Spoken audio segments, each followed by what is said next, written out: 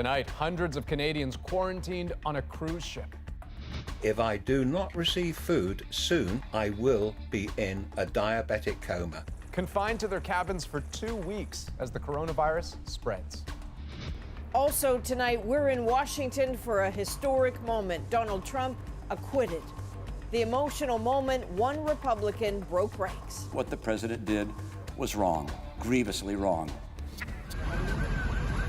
A commercial airliner in pieces, a fire on board, how the passengers escaped. And a warning for breast cancer patients taking vitamins. I was shocked at that. This is The National. On a cruise ship off the coast of Japan, more than 200 Canadians are under quarantine tonight, facing 2 weeks stuck in their rooms because there is a coronavirus outbreak on board. 2 Canadians are among those infected. Tanya Fletcher spoke to a passenger from British Columbia. From the outside, you'd never guess the drama unfolding inside. Please know that we are handling this situation as a top priority. Nearly 4,000 passengers, but the corridor's empty, the foyer's deserted. The only sign of activity, health officials covered head to toe and cleaners disinfecting every corner. 20 passengers have now been infected, at least some already escorted off and taken to hospital. The cruise was supposed to end Tuesday, but instead, now another 2 weeks at sea. Passengers are confined to their cabins. Some have balconies, others don't even have windows. It's a 3-meter by 5-meter room, and we can't leave. Paul Mirko is from Metro Vancouver and diabetic. And last night we got a form left at our door, and we're supposed to fill that out, and hopefully Ministry of Health will provide medications before everything runs out. I brought extra with me, so I'm good for 4 or 5 days, but that is a concern. Food is delivered to each room. Meals, though, a concern for people with dietary needs like David Abel, who's also diabetic. If I do not receive food soon, I will be in a diabetic coma. He says staff provided him with what he needed eventually, but communication has been slow. Many questions remain, like how the cruise line plans to contain any potential new cases. I can't see how they're going to be able to monitor this any other way than taking serious samples. Just temperature checks, to me, is going to be inadequate. Concerns the Canadian government is trying to address too. Again, we want to reassure the families both on the cruise ship that we are alert and engaged in their issue, and trying to work with families at home to reassure them as well. For those trapped on board, the uncertainty grows day by day. The other concern is just simply, at the end of the 14 days, can I go home? For now, they have nothing but time to wonder and worry. Tanya Fletcher, CBC News, Vancouver. And it isn't just one cruise ship that's quarantined its passengers. Off the coast of Hong Kong, there's another. And as Chris Brown shows us, keeping all those people on board is just one new step the territory is taking to try to lock the virus down. It was supposed to be a 5-day cruise to Taiwan for these mostly Hong Kong passengers, but their stay on the World Dream may stretch out now 2 more weeks. On the ship's previous voyage, 3 passengers tested positive for the coronavirus, and they may have infected the crew. We saw ambulances pull alongside the ship, and 3 people were taken away. Authorities say about 24 other crew members also show potential symptoms, so they're getting checked out too. We managed to have a quick chat with passenger Rex Louie over the phone. He told us he saw some crew members coughing and taking medicine. How do you feel? I think the way Hong Kong is handling this is very good, he said. We should cooperate. And the photos he sent us showed people on board appeared to be making the best of it. This community official who's monitoring the situation says Hong Kong can't risk letting anyone off the ship. For them at this stage, maybe they don't have any symptom, but they might have already contracted and being contaminated. Shortly afterwards, Hong Kong closed the port to all traffic, with 21 confirmed coronavirus cases in the territory and the infection rate growing. Hong Kong's chief executive took a decisive step today, targeting anyone who crosses the border from mainland China. The compulsory quarantine period will be 14 days, she said. What's especially concerning is that in some of the new cases, The victims had not been to mainland China, and authorities can't tell who infected them, suggesting there could be a lot of undetected cases. We can see the trend for the outbreak is worsening. On the streets, there's evidence a lot of people think so too. We drove alongside an incredible lineup of 10,000 people, blocks long, all waiting to buy scarce face masks for protection. Okay, so Chris, where are we at on the testing of those sick crew members? Well, we know overnight the captain told passengers that those people who were taken off did get their tests. The results should be known today, but maybe even more worrying is the fate of some of the passengers on the previous trip. 250 people were dropped off here in Hong Kong, and now health authorities are scampering around trying to find them to see if they might have symptoms. Andrew. And Chris, what about the new quarantine measures for people coming from mainland China? How will those work? It's a bit unclear how it's going to work, whether Hong Kong residents will be able to serve their quarantines in their homes or if they'll have to go to essentially converted holiday camps, which is what has been the practice so far. There's also been talk of using perhaps some of the hotels at Disneyland for that as well, the Hong Kong Disneyland. But there's also some problems with the quarantines. A lot of neighbors don't want people who might be sick staying near where they live. Andrew. All right, Chris Brown in Hong Kong. Now, there's also the matter of those Canadians who are still inside the infected zone on the Chinese mainland. Ottawa's plan to get them out has hit a snag. And as Ashley Burke reports, patience is starting to fray. It's a very dynamic situation. Things change by the day. Dynamic is an understatement. Weather has delayed the first evacuation flight from Wuhan, where many have already started making their way to the airport, roadblock by roadblock. Oh, it's raining hard. You can see it's pretty deserted. This Ottawa family of 3 was stuck at the final police checkpoint for at least 13 hours. CBC's agreed to withhold their names because of their fears for their family's safety. It's quite frustrating. They slept in the car and struggled to get through to Canadian officials. Kind of feels like the government is not on top of things, and maybe that things are pretty chaotic and things are breaking down. So we don't really know what's going on right now. And adding to the confusion, the government today also told Canadians in the rest of China to leave if they can. We are advising Canadians whose presence in China is not essential to depart via commercial means while they remain available. But that may not be easy. Commercial flights out of China are becoming harder to find after Air Canada, British Airlines, and others all suspended routes from the mainland. Those kinds of things raise some concerns about the ability for Canadians to be able to return in a timely fashion. Not an option for Canadians stuck at the epicenter of the outbreak. The only way out is government airlift, but even the flights scheduled for Thursday will not be able to get all the Canadians out. It has 211 seats available, but more than 160 others want to leave. This afternoon, another option became available. We now have secured a few seats on the flights organized by the United States authorities. That U.S. plane has room for a few dozen Canadians. Ottawa has also said it has a second flight reserved if needed, but they still have to get the first flight into China and off the ground. The hope is that will happen Thursday.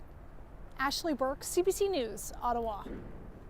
Now, one aspect of this story that many parents and teachers across Canada are grappling with is the anxiety all this may be causing for kids. I hear a lot of adult conversations, and I've kind of researched because I don't know, I get pretty worried about that stuff, but when I know more about it, I don't get as worried. Talking to children about the coronavirus and seeing things through their eyes. That's later in the program. But let's head to Washington, where the Senate reached a verdict in Donald Trump's impeachment trial. Adrian. Well, that's right, not guilty, a surprise to no one, but no less momentous. The tension hours ago in this building was never over the outcome, but over how the U.S. Senate would reach it. And after days of deliberation, behind me is a Capitol divided. So tonight in Washington, Donald Trump is acquitted. Now, to some, he's a president vindicated. To others, it leaves the republic violated. Democrats accuse Trump of abusing his office, of withholding political and military support from an ally at war to damage a rival 2020 presidential candidate. A few Republicans voiced disapproval of Trump's conduct, but Susan Ormston shows us how, in the end, this was a partisan vote completely down party lines, with one notable exception. Is the respondent, Donald John Trump, guilty or not guilty? The outcome was not in question, but those two words, guilty or not guilty, delivered a somber verdict of their own. Mr. Booker, guilty. Senators split neatly along party lines, save for one lone voice. Mr. Romney. Guilty. Mr. Romney, guilty. Republican Mitt Romney, struggling to convict. My faith is at the heart of who I am. His decision to buck his own party, his toughest ever. In some quarters, I will be vehemently denounced. I'm sure to hear abuse from the president and his supporters. He has. Donald Trump Jr. tweeting Romney is now part of the resistance and should be expelled. The deputy sergeant at arms will With the months of inquiry, hearings, and then a trial, the Democrats forced the facts in front of Republicans, but failed to change a preordained verdict. Democrats walked out of the Senate chamber with their heads held high because we sought the truth. Democrats calculated if they didn't move to impeach Donald Trump, how could they campaign against his abuse of power? But it was always a risky strategy, and now even reluctant Republicans have closed ranks around their president. The only way this is going to end permanently is for the president to get reelected, and he will. In Iowa, where that election campaign began with a big bump this week, people are ready to move on. Way too long. There's a lot of other problems that need to be solved. At this point, unimpressed with the impeachment finale. I think history will judge it as being a very partisan time. I think that divisiveness isn't a good time for us as a country. And that's something Americans can agree on. Okay, so Susan, Trump didn't address this today, but he has indicated that he's going to talk about the impeachment hoax tomorrow. Yeah. What's the strategy there? Well, clearly, in their eyes, we won, you lost. The Democrats made a huge political miscalculation. People are tired of the endless debate over impeachment. That's their take. Now, in Iowa, where we were both this week, we did hear from people about impeachment, of burning frustration with it. They wanted it done and over. But I think even Democrats are not convinced about the impact this will have in the next trial, if you will, whether he'll be rewarded or penalized in the 2020 election. Well, he's certainly enjoying his approval ratings right now. Exactly, rising. All right, Susan, thank you very much. All right. So no matter where you stand on Donald Trump, his talent for political survival is undeniable. From the Access Hollywood tape to Stormy Daniels to Robert Mueller, he has weathered it all and more. Now he has survived impeachment. Paul Hunter takes stock of his strength with the presidential election 9 months away. Safely acquitted on impeachment, it's the big question for Donald Trump. What next? His answer was to put this at the top of his Twitter feed, suggesting he's not going anywhere. Think about it. A huge platform last night. America's future is blazing bright. Today, the win on impeachment, riding a bump in the polls, and the kind of campaign message that's been winning elections for decades. Under President Trump, America is stronger, safer, and more prosperous than ever before. Leaving many to wonder, will Trump now romp to a second term?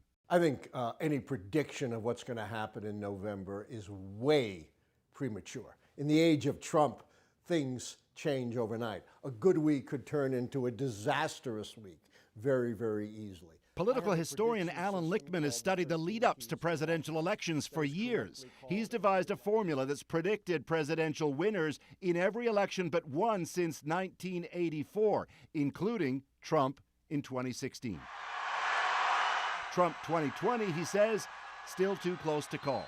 To win, says Lichtman, at the least, Trump would have to find a way to cause no fresh trouble from now till voting day, in a sense, to do no harm. But that's not how Donald Trump operates. Donald Trump is going to be as belligerent, as aggressive, as unrepentant as he possibly can. And Who knows where that might lead? Then again, who knows where Democrats will go, with no clear front runner emerging from Iowa, and Speaker of the House Nancy Pelosi signaling last night the looming battle for the White House will be a bitter one. For the moment, Trump stands in the feel-good spotlight, 9 months from the vote. A lifetime these days. Paul Hunter, CBC News, Washington. And an update on that other political drama still playing out. More results of Monday's Iowa caucuses have been released after being delayed by technical problems. Pete Buttigieg is holding his lead, and former U.S. Vice President Joe Biden is in 4th place. Today, he acknowledged that is not where he wants to be. I am not going to sugarcoat it. We took a gut punch in Iowa. The whole process took a gut punch. But look, this isn't the first time in my life I've been knocked down. The Iowa caucuses are the first test for candidates in the race for the White House. New Hampshire is next on Tuesday. That is where candidates are campaigning now. And so that's it for us here in Washington tonight. We'll send it back to Andrew in Toronto. Turkish authorities are investigating a shocking incident at an Istanbul airport. 3 people are dead after a crowded airliner overshot the runway and broke apart. World Report host Neil Cooksall has long covered Turkey for CBC News, and as she tells us, things could have been dramatically worse.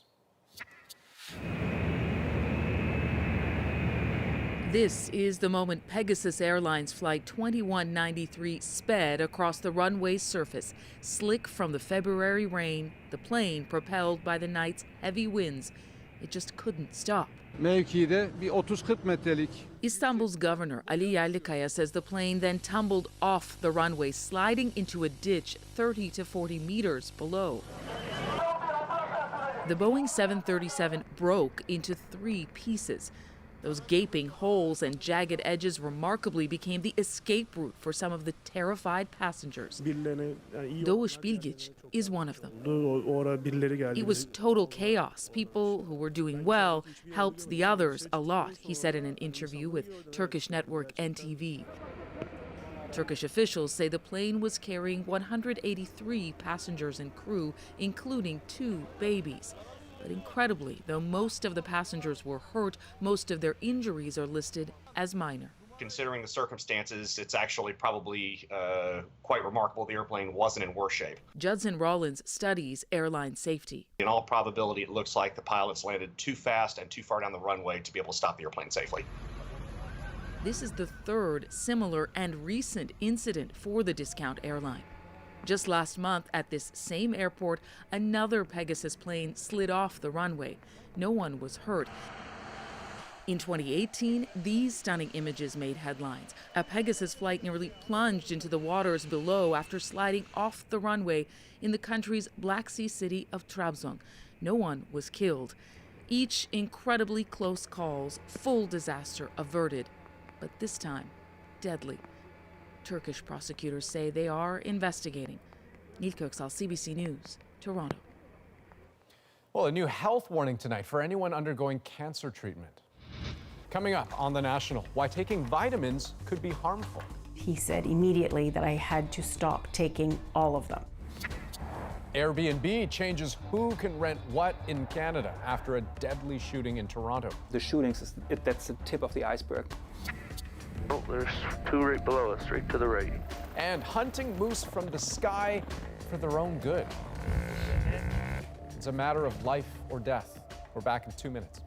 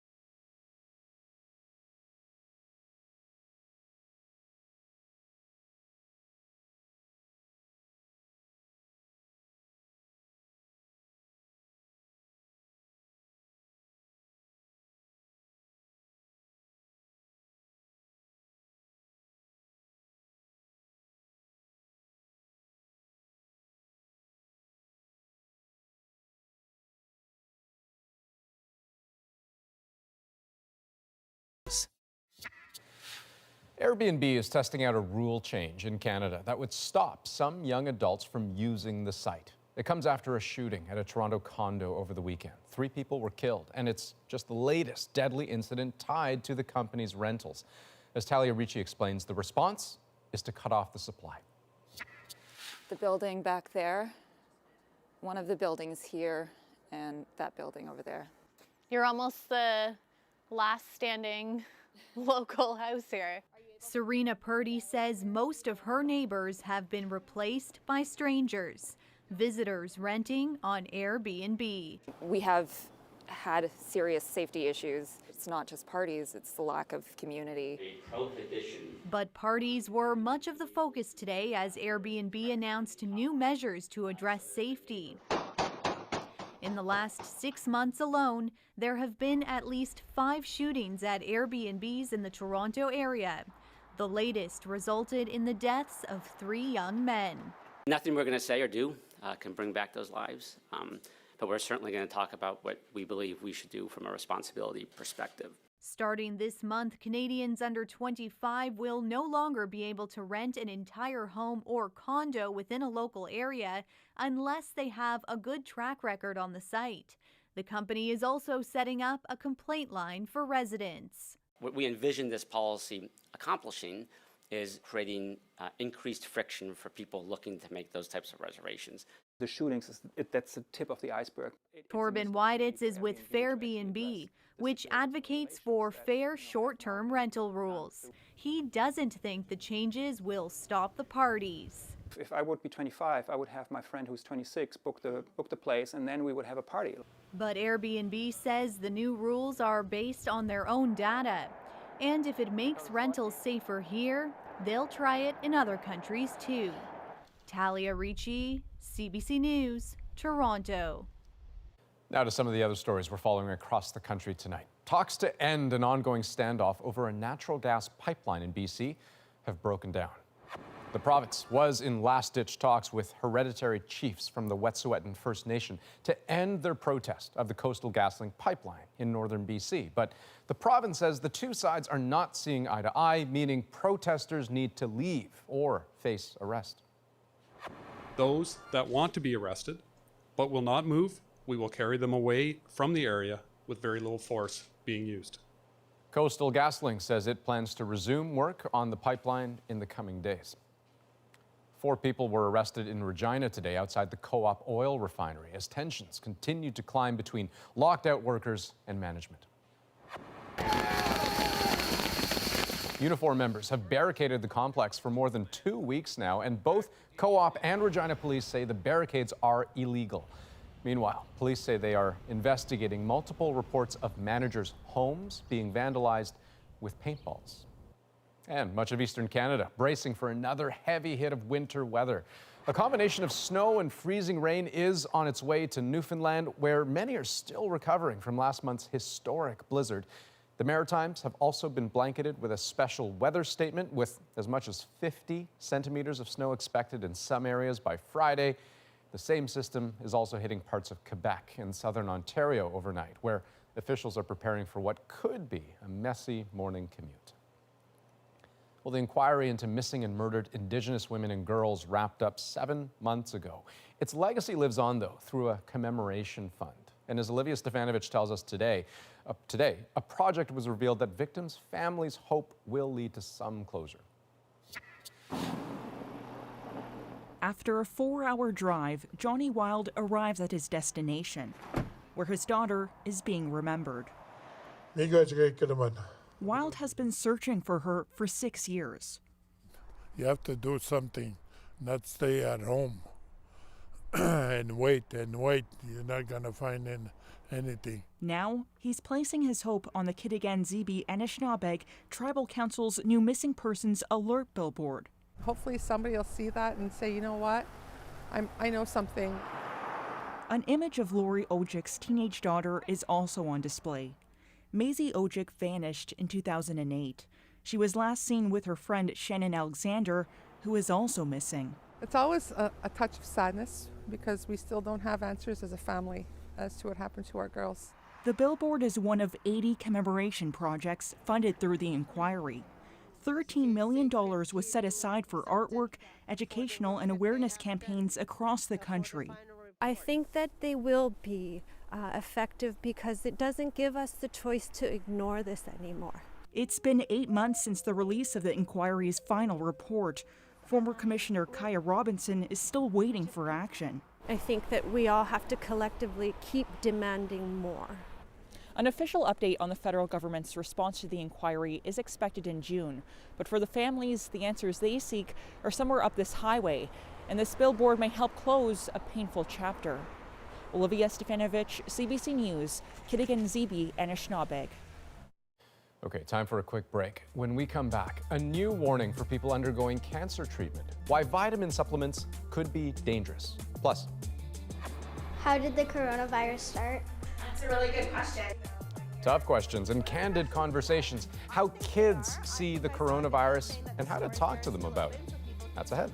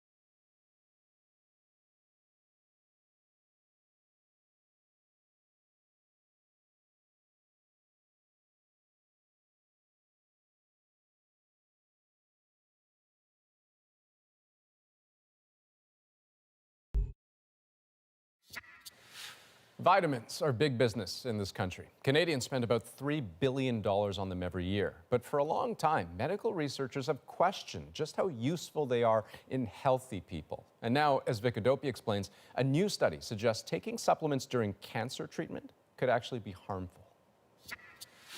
Ingrid Fauché-Murphy tries to stay as fit as possible. She was diagnosed with breast cancer 7 years ago. As she waited for treatment, Murphy wanted to increase her odds. So she also went to a naturopathic doctor. And he prescribed various multitude of vitamins, which included A, B, C, D, melatonin, 20 milligrams melatonin, which is fairly high, and some other supplements like turmeric, which is antioxidant. It was not a prescription her oncologist approved of. He worried popping vitamins would interfere with chemotherapy, a critical part of cancer treatment. I thought I was pretty proud of myself that I was being very proactive in all of these vitamins. And he said immediately that I had to stop taking all of them. This new study supports that advice. It followed 1,100 breast cancer patients in Canada and the U.S. through treatment. 18% took vitamins like A, C, or E. Their risk of the cancer returning was 40% higher. When I started this study, I really didn't think we'd see anything at all. Just as surprising to the lead author, even non-antioxidant supplements such as vitamin B12 and iron supplements also carried a similar risk. The findings show only an association, not cause and effect, and it's a small group statistically. Still, concerns over taking vitamins during cancer treatment have been around for a while. But not all patients in the study knew that. Probably only about half the patients had a conversation with their doctor about use of supplements. Chemotherapy uses special drugs to destroy cells, both cancerous and normal cells. But antioxidants like vitamins A, C, E, and coenzyme Q10 help repair cell damage, and that can interfere with this process. This cancer doctor says the study deepens the understanding of the potential risks of vitamins. Patients think that it will boost their immunity when they are on chemotherapy or radiation. We believe they counter the cytotoxicity, or in other words, the benefit, the work, how the chemotherapy and radiation works. Vitamin supplements can play a role in recovery after cancer treatment. As for Ingrid Fauché-Murphy, her treatment's long over, and she's back to taking her vitamins. Vic Adopia, CBC News, Toronto. And next on The National, talking to kids about the coronavirus. What would you want to tell grown-ups about how they should be talking to kids like you? How to cut through their anxiety. Next. And the race to protect Canada's moose from a tiny yet deadly threat. We are back after this.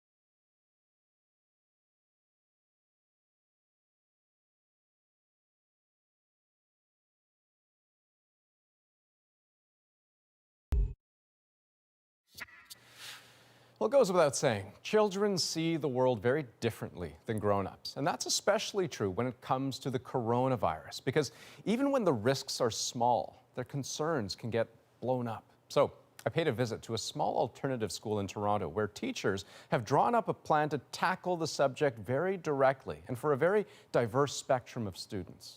Here's what I saw. Has anybody else heard that term, coronavirus?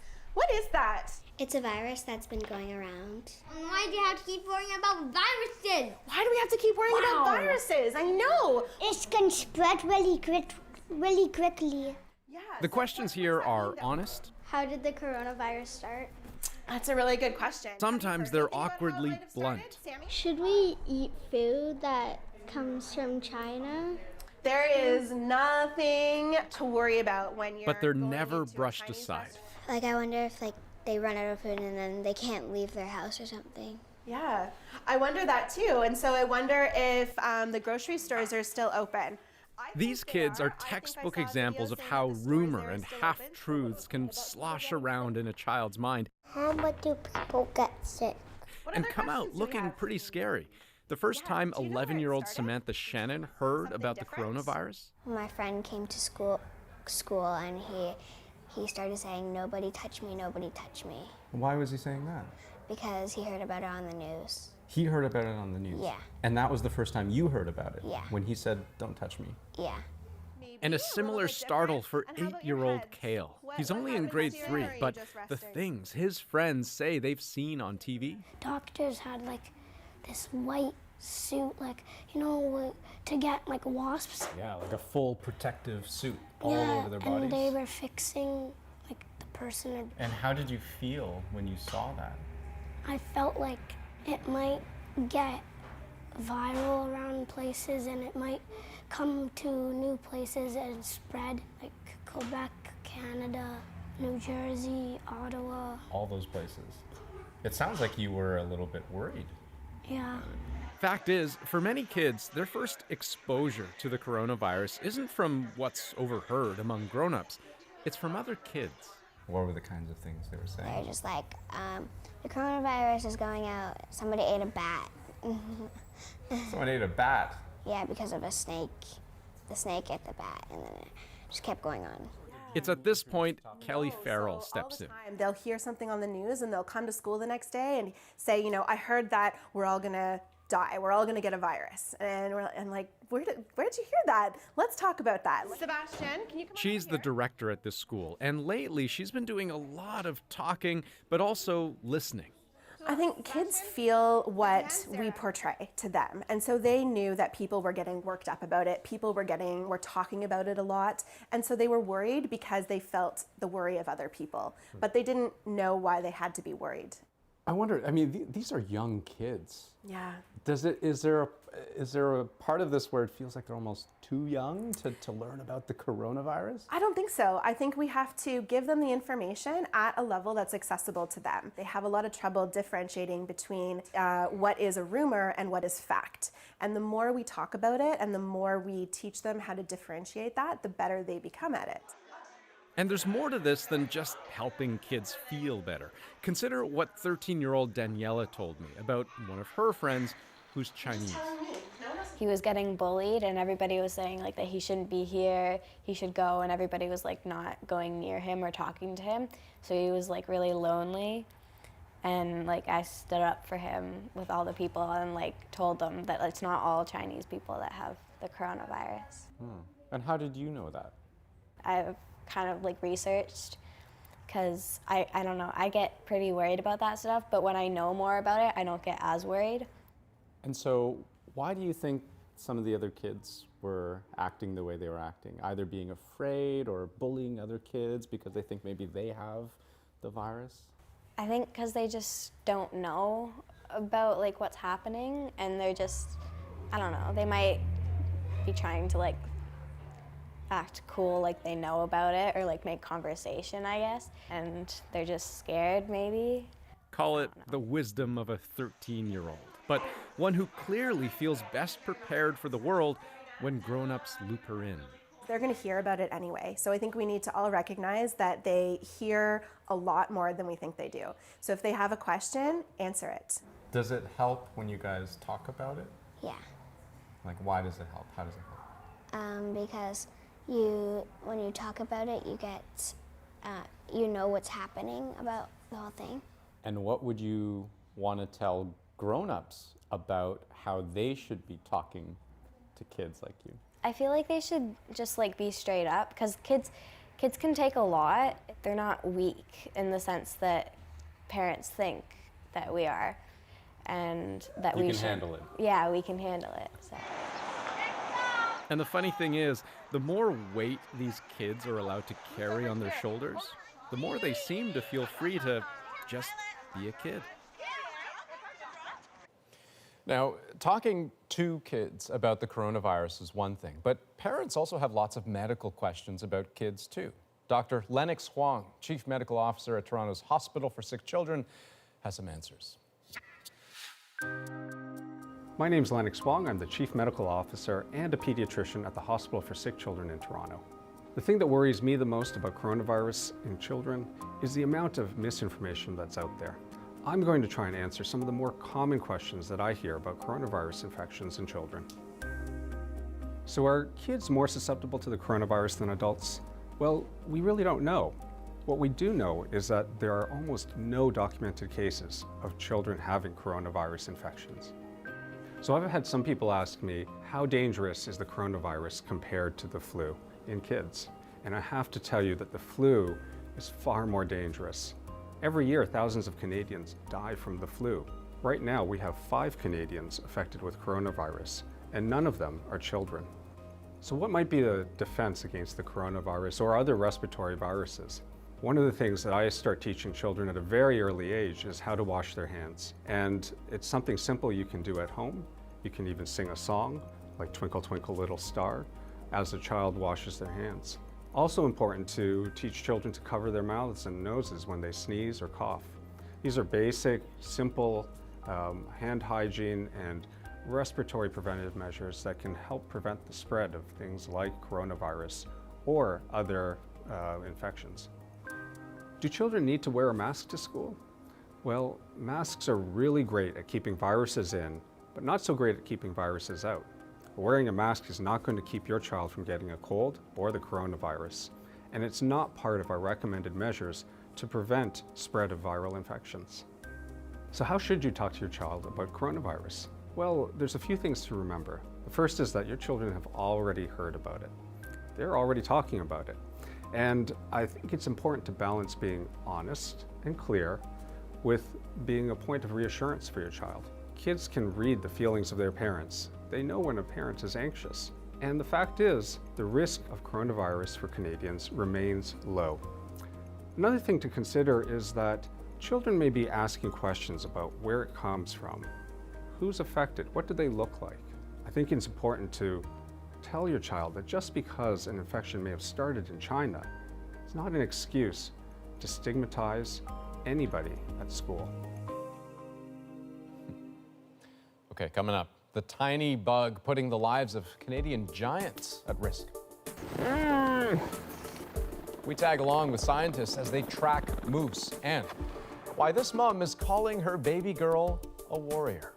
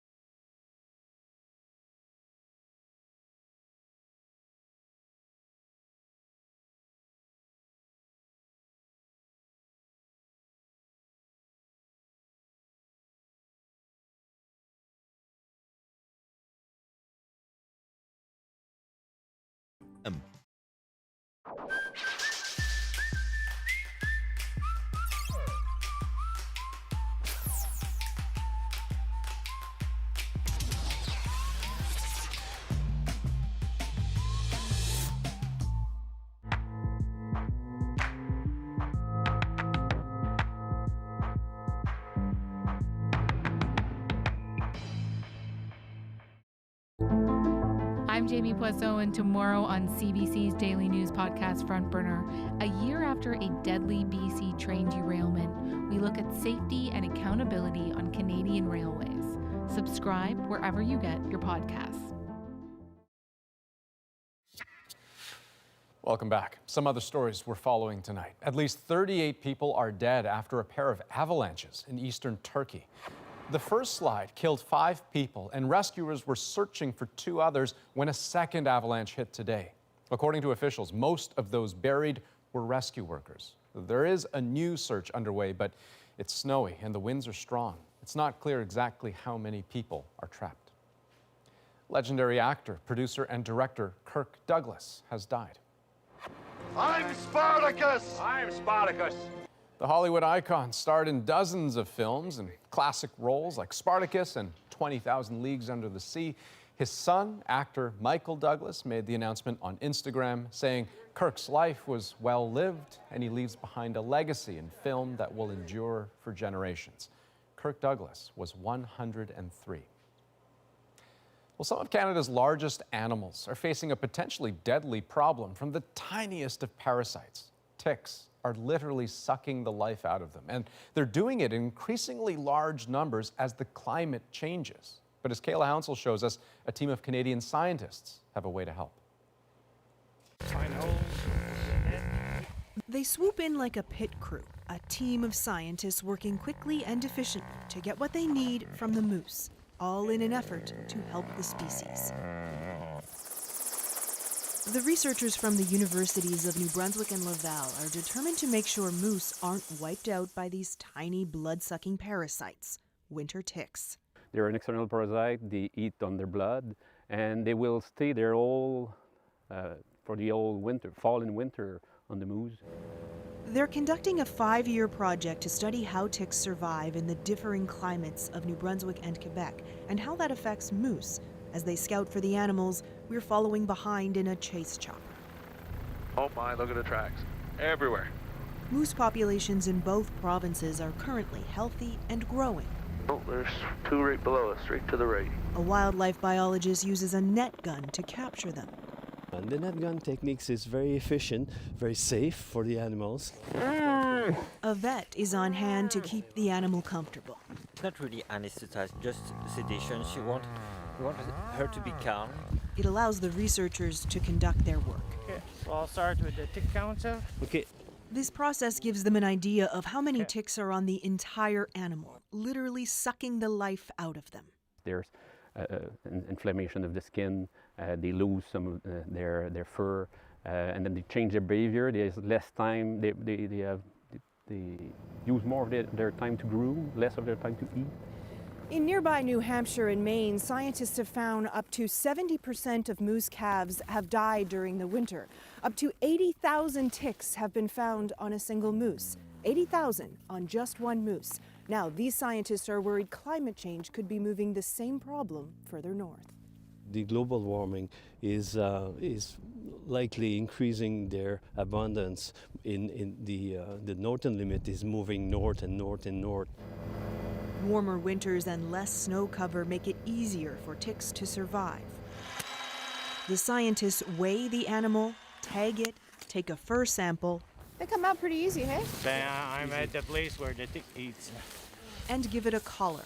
Our GPS collars, we can control them remotely, so we can get a location once every hour or once every several hours. The collars also monitor their activity. That will allow them to determine whether moose carrying a lot of ticks move differently or select different habitats. I think it's on us to try to learn and understand all these impacts. J.D. Irving Forestry is also a partner. Because we're planting a tree today and we're going to harvest it in 40 years' time. The climate's going to be completely different in 40 years than it is today. So we really have to get a handle on how's the climate changing, how are wildlife changing, how is the habitat changing, so that we can adapt our management. With the work on this moose complete, the vet administers a reversal injection. And within just 3 minutes, the moose wakes up, takes a little look around, and goes on her way. And the scientists are off to analyze the data to help understand how these emblematic Canadian mascots might be impacted by a warming planet. Kayla Hounsel, CBC News, near Tracy, New Brunswick. And next on The National, her baby was coming quickly. She wasn't at the hospital yet, and then this mom's labor was over before she knew it. Her big moment is ours too. Next.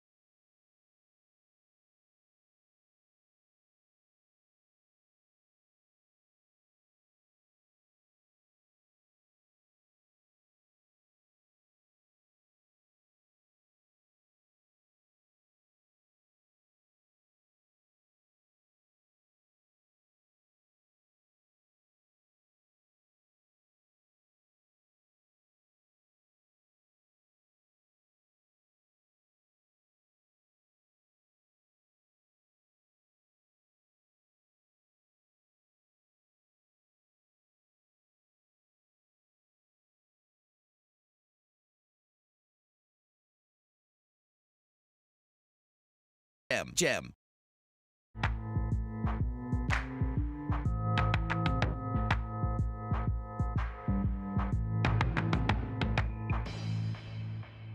This March, celebrate the best in Canadian music. The Junos, live from Saskatoon, featuring Canada's brightest stars on CBC, home of the Junos. Well, this little girl here, only a day old, has already lived quite a life. Her mother expected to give birth in a hospital. Instead, she had her in the back of an ambulance. It was just her and a paramedic underneath Saskatoon's University Bridge. The birth over in less than a minute. And it is our moment.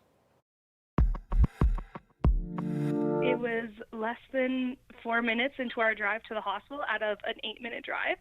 And she all of a sudden said, I have to push. About 30 seconds later, when I was getting stuff ready, she said, I have to push again. I checked her. I said, oh my gosh, I see hair. And before my partner could even pull over, I said, I have a baby. He's like, do you need my help in the back? And And then the other ambulance lady was like, no, she's already out, keep going. All I could see was those like flowers that were on the bridge, the decorations. I was like, oh my gosh, I'm almost there, I'm almost there. I don't know, I'm just overwhelmed and in shock still. I can't believe she's here. And you know, maybe it's a cliche to talk about the miracle of childbirth, but I don't know, sometimes things just feel a little miraculous. And I cannot believe for a second that those folks who were involved in that birth feel any different. That's The National for this February 5th. Have a good night.